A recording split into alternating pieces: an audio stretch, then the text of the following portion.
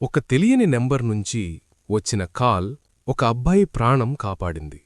కాని ఆ కాల్ చేసినది ఎవరు? రవి అనే కాలేజ్ స్టూడెంట్ తన ఫ్రెండ్స్తో నైట్ బైక్ ట్రిప్కు వెళ్లాలని ప్లాన్ చేసుకున్నాడు. అప్పుడే రవి ఫోనుకు ఒక తెలియని నెంబర్ నుంచి కాల్ వచ్చింది.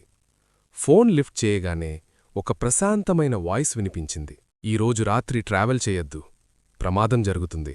రవి షాక్ అయ్యాడు. ఎవరు మీరు అని అడిగేలోపే కాల్ కట్టయిపోనింది.